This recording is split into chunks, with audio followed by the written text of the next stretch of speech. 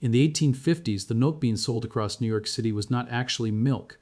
It was a chemical cocktail of chalk, plaster of Paris, starch, and formaldehyde, poured into bottles and marketed as pure country milk to hundreds of thousands of families who had no idea what they were buying. And the people selling it knew exactly what they were doing. But the milk fraud was the tip of something much bigger. For over a century, America had absolutely no federal laws governing what went into its food, its medicine, or its meat. And what companies put into those products during that time will make you reconsider everything you thought you knew about this country's history. The early 1800s in America. Cities along the eastern seaboard were exploding in population. Millions of people were flooding into places like New York, Boston, Philadelphia, and Chicago looking for work and opportunity. And all of those people needed to eat. But the food supply chain of the 1800s was nothing like what exists today. There were no refrigerated trucks, no cold storage warehouses, and no federal inspectors checking any facility in the country. If you lived in a city, your food came from local producers who operated with zero oversight and zero accountability. Whatever they put in your food was their business because no law said otherwise. And that created a simple, brutal economic incentive that would define the American food supply for the next century. If you could make food look fresher, last longer, or weigh more by adding cheap chemicals, you did it. Because your competitors were already doing it, and nobody was watching. The dairy industry in New York City during the 1840s and 50s was the first place where this system turned into outright fraud on a massive scale. As the city's population surged, the demand for milk exploded. But getting fresh milk from rural farms into Manhattan was expensive and logistically almost impossible. So the milk supply increasingly came from a very different source. Distillery dairies. Here is how it worked. Whiskey distilleries in Manhattan and Brooklyn produced enormous amounts of leftover grain mash after fermentation. This boiling hot waste product, called swill, still contains some nutrients, so distillers figured out they could feed it to dairy cows kept in cramped stables right next to the distilleries and sell whatever milk those cows produced. It was a brilliant business model on paper. Use your waste product to generate a second revenue stream. The problem was what it actually did to the cows and the milk they produced. Cows fed exclusively on distillery swill became sick almost immediately. Their teeth rotted. Sores and ulcers covered their bodies. Their tails literally fell off. Many of these animals only survived a few months before collapsing in their stalls, and the milk they produced during that time was thin, watery, and had a disturbing bluish tint that looked nothing like real milk. So the producers did what any rational business owner with no regulations would do. They faked it. They added chalk and plaster of Paris to whiten the milk, starch and eggs to thicken it, molasses to give it a more natural color. The finished product was bottled and sold door to door as pure country milk to families across the city who had absolutely no way of knowing what was actually in those bottles. By the late 1830s, historians estimate that swill milk made up between 50 and 80% of all milk consumed in America's largest northeastern cities. These were not small operations. Some distillery dairies packed 2,000 cows into a single facility, animals that never saw sunlight or tasted grass, standing in their own waste, eating nothing but fermented mash pumped directly into their troughs. Some distillers made more money from their milk operations than they did from the whiskey itself, and the product they were selling was so chemically altered that it barely qualified as milk at all. The New York Times ran extensive coverage of the contamination, and the New York Academy of Medicine investigated and confirmed the connection between these distillery dairies and a massive spike in illness across the city. But when journalists and reformers tried to shut down the operations, they ran straight into a wall of political corruption. Aldermen on the city's Board of Health were taking money from the distillery owners. One politician, Michael Tuomi, became so notorious for blocking milk regulations that the press nicknamed him Swill Milk Tuomi. Journalist Frank Leslie published a landmark investigation in his illustrated newspaper in 1858, spanning thousands of words, complete with detailed drawings of skeletal cows chained in filthy stables and workers doctoring buckets of blue-tinted milk with chalk and plaster. His reporters infiltrated the distillery dairies and documented conditions firsthand. The public outrage was enormous. Leslie branded the producers milk fraudsters and compared them to criminals who escaped justice while contaminating the city's food supply. But even that was not enough to force immediate change. When the New York City Board of Health held hearings to investigate, the proceedings turned into a circus. Politicians on the board were openly hostile to the witnesses. Alderman Michael Tuomi, who was on the payroll of the distillery owners, worked to undermine every effort at reform. Leslie published a cartoon showing politicians painting the sick cows white while a distiller slipped a bag of money into Tuomi's pocket.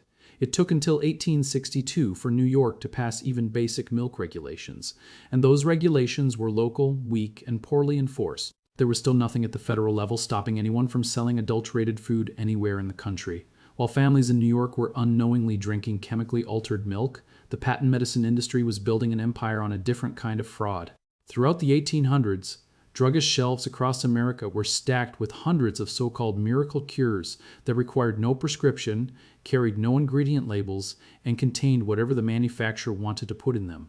And what manufacturers put in them was staggering. Cocaine, morphine, opium, heroin, cannabis, and dangerously high doses of alcohol were common ingredients in medicines marketed to everyone from factory workers to nursing mothers. There were no labeling laws, so consumers had absolutely no idea what they were swallowing. One of the most infamous examples was Mrs. Winslow's soothing syrup, first produced in 1849 in Bangor, Maine. It was marketed directly to exhausted parents as a cure for teething pain and colic. The advertisement showed loving mothers cuddling peaceful children. What the advertisements did not mention was that the syrup's active ingredients were morphine and alcohol. Each fluid ounce contained 65 milligrams of morphine. There were no warnings on the bottle, no dosage guidelines, and no ingredient list of any kind.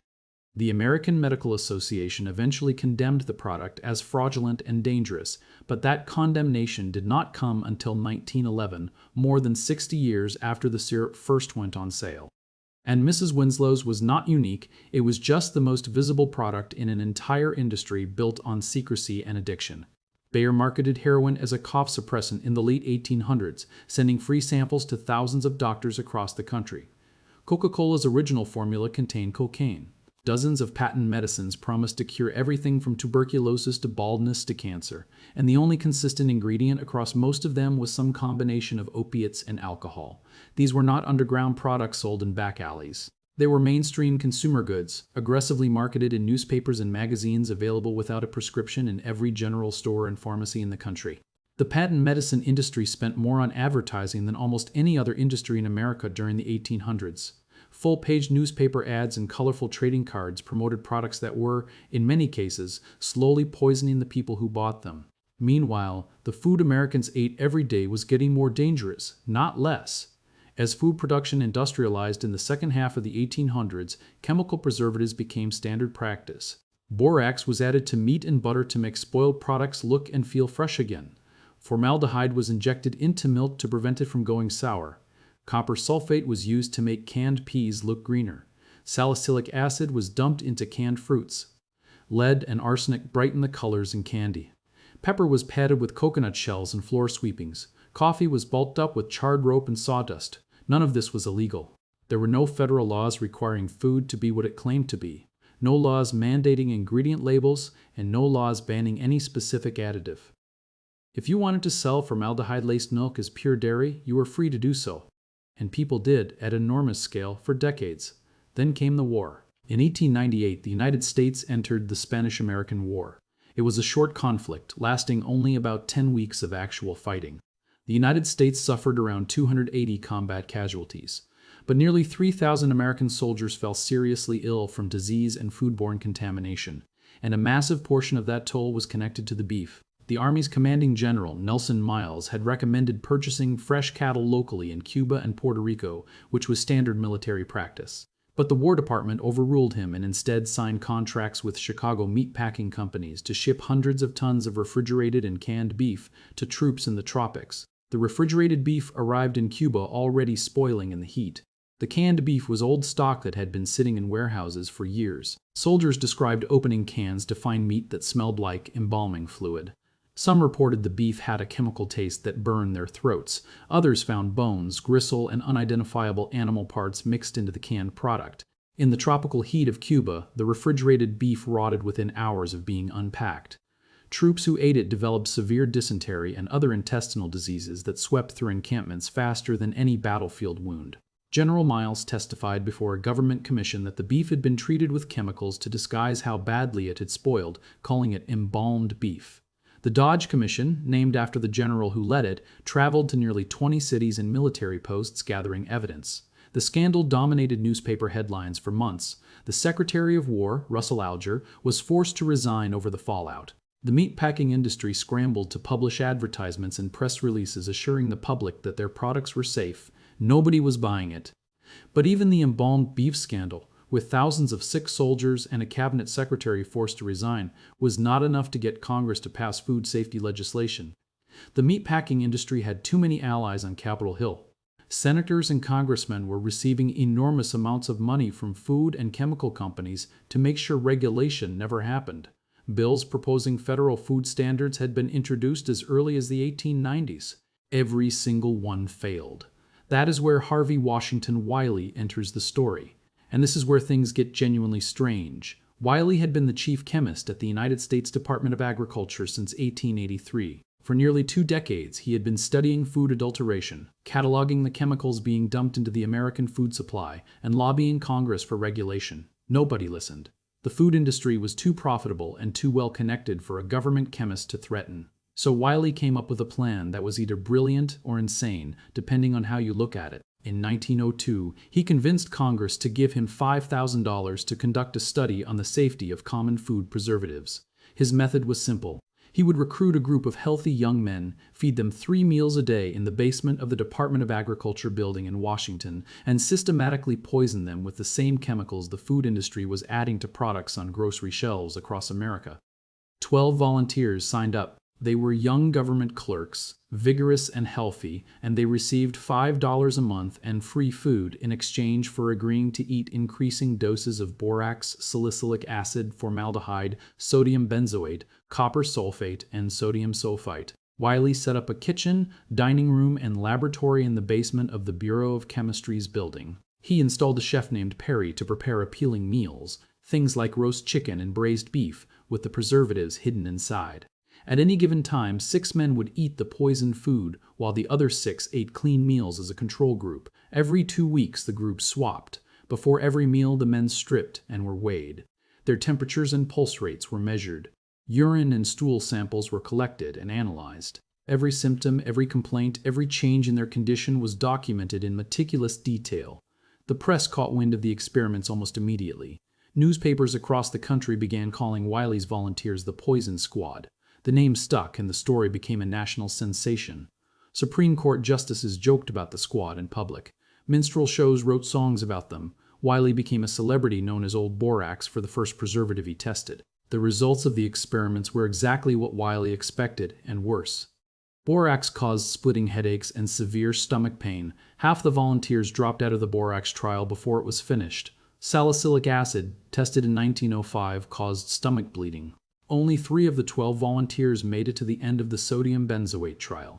The formaldehyde test had to be abandoned entirely because the men became so violently ill that continuing was medically irresponsible. By the time the experiments ended in 1907, observers noted that the remaining volunteers appeared to be in serious physical decline from the cumulative effects of the additives. If you're finding this valuable and want to see more deep dives into the hidden stories that shaped America, hit that subscribe button. We cover the history behind the systems and institutions you deal with every single day. Now, back to the story. Wiley had his evidence. He had proven, with documented experiments and volunteer testimony, that the preservatives the food industry insisted were safe were actually making people sick. He spent years lecturing across the country, organizing women's groups and consumer advocates, and pushing Congress to act. Women's organizations became some of his most effective allies, and eventually, 1 million women wrote letters to the White House demanding federal food safety laws. Investigative journalists joined the cause, too. In the early 1900s, Collier's magazine published a series called The Great American Fraud, exposing the patent medicine industry for exactly what it was, a massive con selling dangerous chemicals to unsuspecting families. But the food and chemical industries pushed back harder. Lobbyists descended on Washington in force. Industry-funded scientists published competing studies claiming preservatives were harmless. Companies sent representatives to testify before Congress that borax and formaldehyde were perfectly safe for human consumption. Senators who supported regulation found their campaigns attacked. Bills were introduced and blocked, year after year. It took 27 years from the first proposed food safety legislation in Congress to the actual passage of a law. 27 years of contaminated food, sick soldiers, and poisoned volunteers, and still, the industry's money kept the government from acting. But what Harvey Wiley could not accomplish in 20 years of lobbying, a 26-year-old socialist novelist was about to do in 5 months.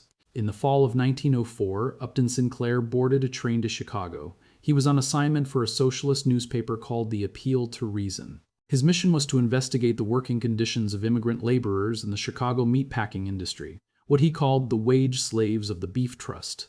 For 7 weeks, Sinclair went undercover, disguising himself as a worker, carrying a dinner pail, and sneaking into the stockyards and slaughterhouses of Packingtown, a sprawling complex of feedlots, processing floors, and packing plants that handled 18 million animals a year at its peak. What Sinclair found in those plants horrified him.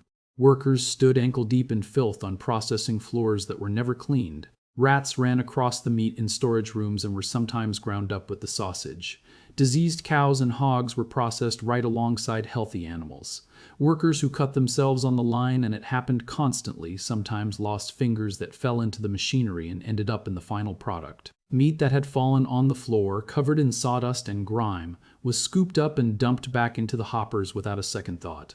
Old sausage that had turned moldy and white was doused with borax and glycerin and reprocessed for consumers. Sinclair turned his investigation into a novel called The Jungle. He first published it in serial form in a socialist newspaper called The Appeal to Reason in 1905. When he tried to get it published as a book, 5 major publishers rejected the manuscript, deeming its descriptions too shocking and too graphic for mainstream audiences. Nobody wanted to touch it. Finally, Doubleday agreed to publish it, but only after sending their own investigators to Chicago to verify that Sinclair was not exaggerating. The investigators confirmed that he was not. Doubleday released The Jungle in February of 1906. Sinclair had written it as a story about a Lithuanian immigrant family destroyed by the brutality of industrial capitalism, following their descent from hopeful newcomers into broken, exploited laborers. He wanted it to be a call to action for socialism, a book that would make Americans demand better treatment for workers. That is not what happened in the bookstores and newspaper offices of America. The public read The Jungle and was disgusted, but not by the exploitation of workers. Americans were horrified by what they were eating. The front-page headlines focused entirely on the revolting descriptions of what went into the meat supply. Sales of meat dropped sharply across the country. Within weeks of publication, the book had sold over 150,000 copies and been translated into 17 languages. Sinclair later said that he aimed at the public's heart and by accident hit it in the stomach. The White House was flooded with letters demanding action. President Theodore Roosevelt initially regarded Sinclair with suspicion. Roosevelt had no patience for socialism, and Sinclair's politics made the president reluctant to take him seriously. Roosevelt had also received $200,000 from meatpacking interests for his 1904 presidential campaign, which made the politics even more complicated. But Roosevelt had a personal reason to care about this issue that had nothing to do with Sinclair. During the Spanish-American War in 1898, Roosevelt had served with the Rough Riders in Cuba. He had personally eaten the contaminated beef that made soldiers sick. When Sinclair wrote to the White House, Roosevelt told him directly that he bore no love for the meatpacking companies because he had eaten the meat they canned for the army in Cuba. Roosevelt sent 2 independent investigators, Labor Commissioner Charles Neal and social reformer James Reynolds, to inspect the Chicago stockyards. The meatpacking companies knew the investigators were coming and had time to clean up. It did not matter. Neal and Reynolds reported back that conditions were just as bad, and in some cases worse than what Sinclair had described in the novel. During their inspection, they watched a slaughtered hog fall partway into a worker's toilet. Workers pulled the carcass out without cleaning it and hung it on a hook with the rest of the meat headed for processing. Roosevelt used the Neal-Reynolds report as a weapon against Congress. He called the conditions described in the report revolting in a letter to lawmakers. When the meatpacking industry tried to block legislation through their allies on Capitol Hill, Roosevelt threatened to release the full, unredacted report to the public. The threat worked because the packers knew exactly how damaging the details were. Their own customers, grocery chains and restaurants across the country, were already canceling contracts based on what they had read in The Jungle alone. European countries, major buyers of American beef, threatened to ban meat imports entirely. The financial pressure became unbearable. The meatpacking industry's congressional allies realized they were defending an indefensible position. The industry's resistance collapsed, though the packers did manage to win one concession in the final legislation. They got the federal government, not the companies themselves, to pay for the cost of the inspections. On June 30, 1906, President Roosevelt signed two laws that fundamentally changed the relationship between the American government and the food its citizens ate. The Meat Inspection Act required federal inspectors from the Department of Agriculture to oversee every stage of meat processing, from the slaughterhouse floor to the final product. Contaminated or mislabeled meat could be seized and destroyed. The Pure Food and Drug Act prohibited the manufacture, sale, or transportation of adulterated or misbranded food, drugs, and medicines in interstate commerce. For the first time in American history, companies were required to accurately label what was actually in their products. The 11 most dangerous substances, including heroin, morphine, cocaine, opium, and cannabis, had to be listed on the label with their exact quantities. Enforcement of the new law was given to Harvey Wiley's Bureau of Chemistry at the USDA. After more than 2 decades of fighting, Wiley finally had the authority he had been asking for. The first food and drug inspectors were hired. An inspection program was launched that began to transform the American food supply within its first decade. The economic impact was immediate and, in a twist, the meatpacking industry had not anticipated, largely positive for legitimate businesses. Consumer confidence in American food products actually increased once federal inspection became standard. Companies that had been cutting corners lost their competitive advantage over companies that were already producing quality products. Heinz had already reformulated its ketchup recipe in 1902, replacing chemical preservatives with vinegar and implementing strict hygiene practices in its factories. After the Pure Food and Drug Act passed, Heinz became one of the most trusted food brands in the country. The patent medicine industry, on the other hand, was devastated. Once ingredient labels became mandatory, consumers could see the word morphine printed on the bottles of syrup they had been purchasing for years. Trust evaporated overnight. Mrs. Winslow's soothing syrup limped along for a few more years before the company was forced to remove the morphine from its entirely around 1915, after the American Medical Association publicly condemned it. Harvey Wiley continued enforcing the law aggressively until 1912, when political pressure from industry-friendly politicians pushed him out. He resigned and took over the laboratories at Good Housekeeping magazine, where he created the Good Housekeeping seal of approval and spent the rest of his career fighting for consumer protection from the private sector. In 1929, Wiley published a book in which he argued that his life's work had essentially been undermined by the very industries he had tried to regulate. He passed away in 1930. The Bureau of Chemistry eventually became the Food, Drug, and Insecticide Administration in 1927 and was later renamed the Food and Drug Administration, the FDA, which remains the primary consumer protection agency in the United States to this day. The story of how America went from formaldehyde in the milk supply to the modern FDA is not a story about inevitable progress. For decades, the evidence was overwhelming. Consumers were buying contaminated milk without knowing it. Soldiers were getting sick from embalmed beef. A government chemist had literally proven that common food additives were harmful by feeding them to volunteers in the basement of a federal building, and still, nothing happened. The food industry spent millions making sure Congress did not act. Politicians took the money and looked the other way. It took a confluence of forces that had never aligned before, a relentless scientist who spent his career building evidence, a young novelist who accidentally wrote one of the most influential books in American history, a president with a personal grudge against the meatpacking industry, and a public so disgusted by what it learned that it demanded change loudly enough to drown out the lobbyists. None of them alone could have done it. Wiley had the evidence but not the public attention. Sinclair had the public attention but not the political connections. Roosevelt had the political power but needed the public outrage to justify using it. Together, in the span of about 5 months between the Jungle's publication and the signing of the law, they changed the country. And if there is a lesson in all of this, it is a simple one. The institutions that protect your food, your medicine, and your health today did not appear because someone in power decided to do the right thing. They exist because people fought for them for decades, often at enormous personal cost, against industries that would have happily kept selling you formaldehyde milk and morphine syrup for another 100 years if nobody had stopped them. The next time you pick up a can of food at the grocery store, flip it over, read the ingredient list on the back. Every word on that label exists because of a fight that started with contaminated milk in Manhattan, poisoned volunteers in a government basement, and a novel about a slaughterhouse that made an entire country lose its appetite.